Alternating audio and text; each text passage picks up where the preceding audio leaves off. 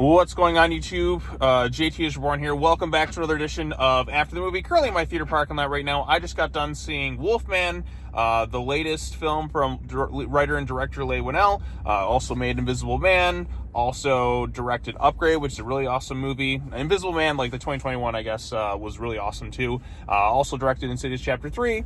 Writer of all sorts of different horror movies associated with James Wan, like Insidious and Saw as well. So I was pretty excited, looking forward to watching this movie. I'm a big fan of the Universal monsters. That was my introduction to horror movies, and the Wolfman in particular was always up there near the tippy top in terms of my favorite Universal monsters. Lon Chaney Jr., of course, was in the original 1941 film. One of my favorites for sure. Frankenstein Meets the Wolfman is probably my favorite Universal monster movie from that classic era.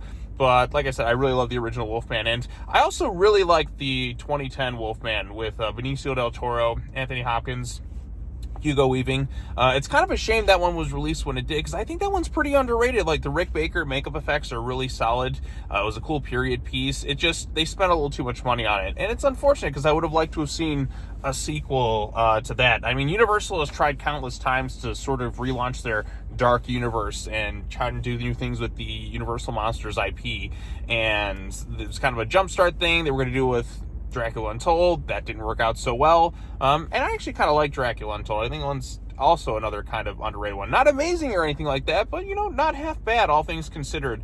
Then they tried the 2017 Mummy with Tom Cruise, which you can check out a video I had on the channel about that one. That one's a major, disappointment. Not very good. And then, like I said, then they're just okay, let's scrap this dark universe. Let's just kind of do some other stuff. So they did The Invisible Man, which came out right at the start of the COVID pandemic stuff, and Leigh Whannell was the writer and director of that one.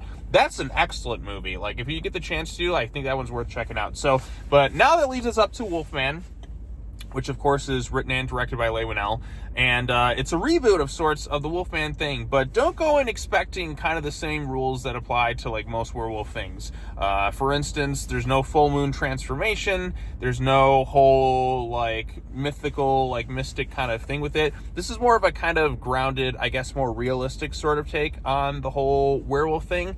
So it's not something really supernatural, it's more so treated as some sort of disease, kind of like rabies. It's almost kind of like a zombie film. You kind of take this concept, make it a zombie film, but just that's kind of what they go with in this one. Basically it's centered around this family. There is a guy, his dad passed away in Oregon, so he takes his wife and daughter to kind of go visit, and kind of just kind of clear out the place, just to kind of get away from their livelihood in New York. His dad was a very strict father. He kind of lived in fear with him, so he kind of had a falling out and just left when he was younger. And now he has to kind of go back. And his whole thing, the whole thing is about him not wanting to become like his father. And eventually, like I said, they make their way back. They get attacked by a werewolf-like creature. And they don't really say werewolf or anything like that. There's no big transformation sequence. The whole movie really is the transformation sequence. It's about some guy who's a really loving, caring father who is kind of losing his sanity to this lycanthropy disease of sorts. So whereas Invisible Man, it was just kind of a suit that he wore that just kind of they go for a more grounded, gritty type take with it. And this one, like I said, it is for the most part pretty decent. It's not an overly long movie. You do kind of feel it's a slow burn effect with this one. So it starts out, like I said, with the family making their way to Oregon. They come across some strange guy kind of in the woods, and he's kind of driving up to this main character whose father had passed away, to kind of go check out the place. And then they're attacked by some sort of crazy werewolf creature thing, and then all hell sort of breaks loose. The father gets scratched, and then over the course of the entire movie is when he starts to transform into the Wolf Man. So this isn't called the Wolf Man, it's called Wolf Man. And he's more man, I'd say, than pure wolf. I thought the makeup design on this one, I was appreciative of some practical effects, but in terms of the werewolf designs, they leave a lot to be kind of desired in this thing. So, the Rick Baker design in the 2010 film was fantastic. I thought that was a perfect update to the Lon Chaney makeup. Here, like, they treat it more like a disease. Like, he just kind of, like the mange of sorts. And, like, he descends into this thing. There's no, you need a silver bullet. There's no werewolf thing. like the whole movie is like you see this guy kind of slowly losing his grip on like reality and then kind of changing into this like werewolf like creature. And I thought that was kind of an interesting take on it too. Like it's not like a singular transformation, it is a whole movie done like as the transformation. So I thought that was kind of like neat how it was kind of handled. It is a slow burn to kind of get like going into this particular story, and some of the pacing may seem a little bit off to like general audiences, because like I mean there's sometimes where you do feel the movie kind of dragging at times. The acting is pretty good. Like I said, you really do feel the bond that this guy has with his daughter. There's a little bit of stuff going on with him and his wife, but he still wants, you can see at his core he is a good guy who really just cares for his family, and he doesn't want to become like his father, who he kind of lived in fear of. I actually thought the opening bit of the movie was pretty cool. It was kind of like a flashback scene with him and his dad, and you feel that there's some sort of strange creature that's kind of living off like on their Oregon property that they deal with at many years ago, but it's still kind of a little bit more off to the side. And then they kind of jump like 30 years later. I wouldn't have minded the whole movie just kind of taking place in that beginning portion with the father and son on a hunting trip and just trying to survive this werewolf thing. But here it's just they get scratched, he gets scratched, they escape this attack, and now you're just kind of left like in the house is the guy turning into the wolf over the course of the film, and then outside there's the wolf man like creature that's just there kind of hunting them. So I thought too, like seeing things from like his point of view, you see his senses kind of like slowly kind of like take away. Like it kind of reminds me a little bit of like the recent Planet of the Apes films, like War for the Planet of the Apes, Woody Harrelson, and that when you see him, he's just like the disease that wiped out most of humanity like is having another type of effect. It's like all your cognitive senses, like being able to speak, and your kind of grip on reality is starting to kind of change. You're losing the things that make you human, and he's trying his best to kind of fight it, but eventually he has to succumb to this thing. But like there's still that little glimmer of like his past self that's kind of been there, because he, like I said, he loved his family, and that's where the real tragedy kind of like plays out into this movie. So I thought that was kind of neat. Performances are pretty good. A lot of the movie is shot like really in the dark, and I kind of had an issue with that too, because it makes it really difficult to see certain sequences, and I get like it's kind of intentionally done, so when you see the darkness and then it shifts over to the werewolf POV, so you can see how like bright and clear everything is from like the werewolf's perspective, or I should say the wolf man, because they don't really say werewolf. I mean, they kind of have a little like text thing at the beginning of the movie that kind of describes it, like a little bit of a lore history lesson of sorts, but it's not really much. Like you can kind of just jump into this thing. Like it doesn't really matter too much.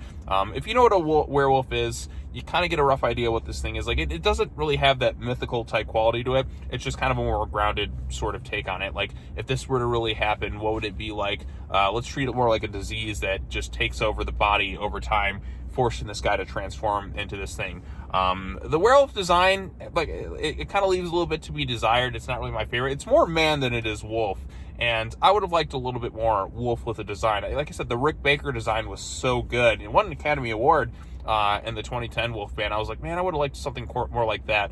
But again, that's not the take they're really going for with it.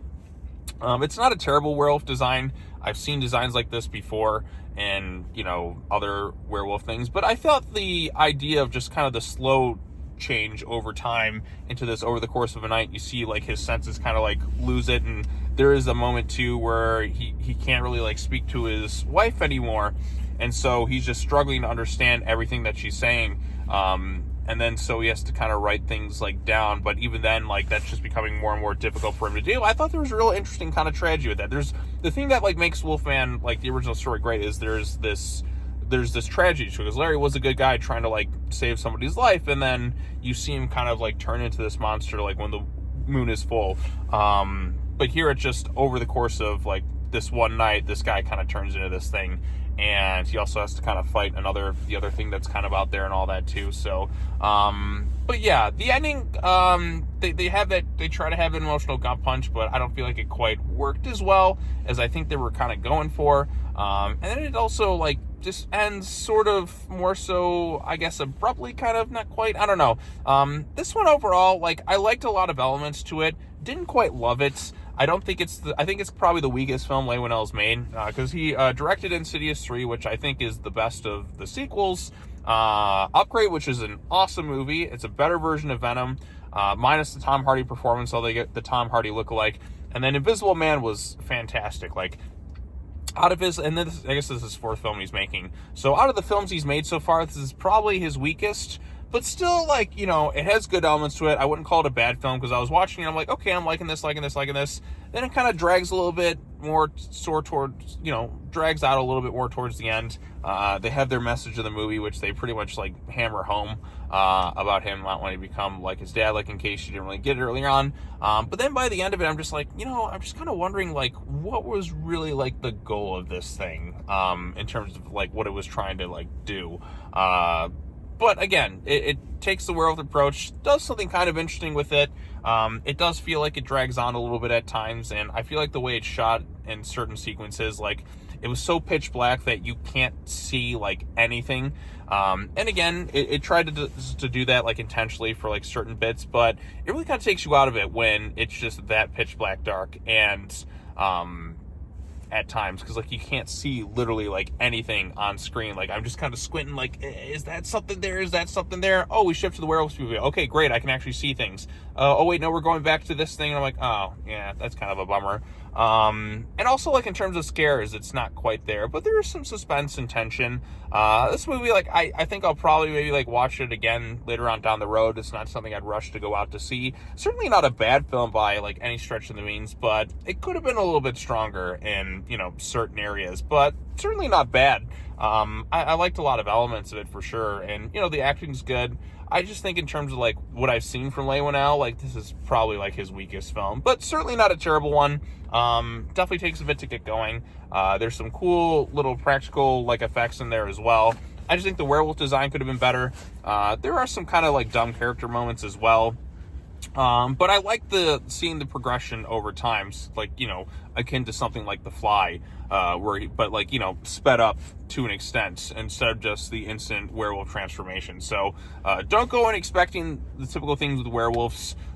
You just know that it's more treated so as, like, a disease that infects you slowly over time, and you just kind of lose yourself. And the way the movie captures that, like I said, I thought was quite good. So there's a lot of good stuff in here at times, but, like, in terms of, like, an overall film, I thought it was mostly, like, serviceable. So nothing amazing, but nothing terrible. So I think I probably preferred the 2010 film because it just went a little bit more, like, balls to the wall. But then there's things about this one I like too. So if you're interested in seeing it, I'd say check it out. But it could have been a little bit stronger, but certainly not a bad film. Like, I wouldn't consider this, like, a terrible movie or anything like that. So, because there's a lot that I did like in it, but then it just kind of leaves you wanting a little bit more by the end of it too. So, a few fixes here and there. I think this could have been a little bit stronger, but that's just my humble opinion. So, what did you think of Wolfman? Did you like it? Did you dislike it? What's your favorite Universal monster, like, type movie? So for me, it's Frankenstein meets the Wolfman. That's my all-time favorite. Love the performances in it. Love the first, like, real monster mash that we got. Had the VHS tapes as a kid, and, like, Halloween time comes around, I'm all in on that stuff. So yeah, but what's your personal favorite? Let me know in the comment section down below. If you should like this video, share it with your friends, subscribe to the YouTube channel for more content, hit that bell for notifications, all the other fun stuff, and I'll be back with more videos, like, this week. I got to get some comic book reviews out there, but I wanted to get this one out first and foremost, and then I'll focus on some of that other stuff. But yep, thanks for watching, everybody. Really appreciate it. Check out Wolfman, maybe not. If you want to see Leigh Whannell's other stuff, I think Invisible Man was much stronger, and I know it's unfair to really compare this to that, but it's the same director. It's a Universal monster type thing. I just thought that film was just much stronger from start to finish than this one, but, you know, this one pretty decent overall, I'd say. So yeah, take care now. Bye-bye then, and I will see you all in the next video. Peace out.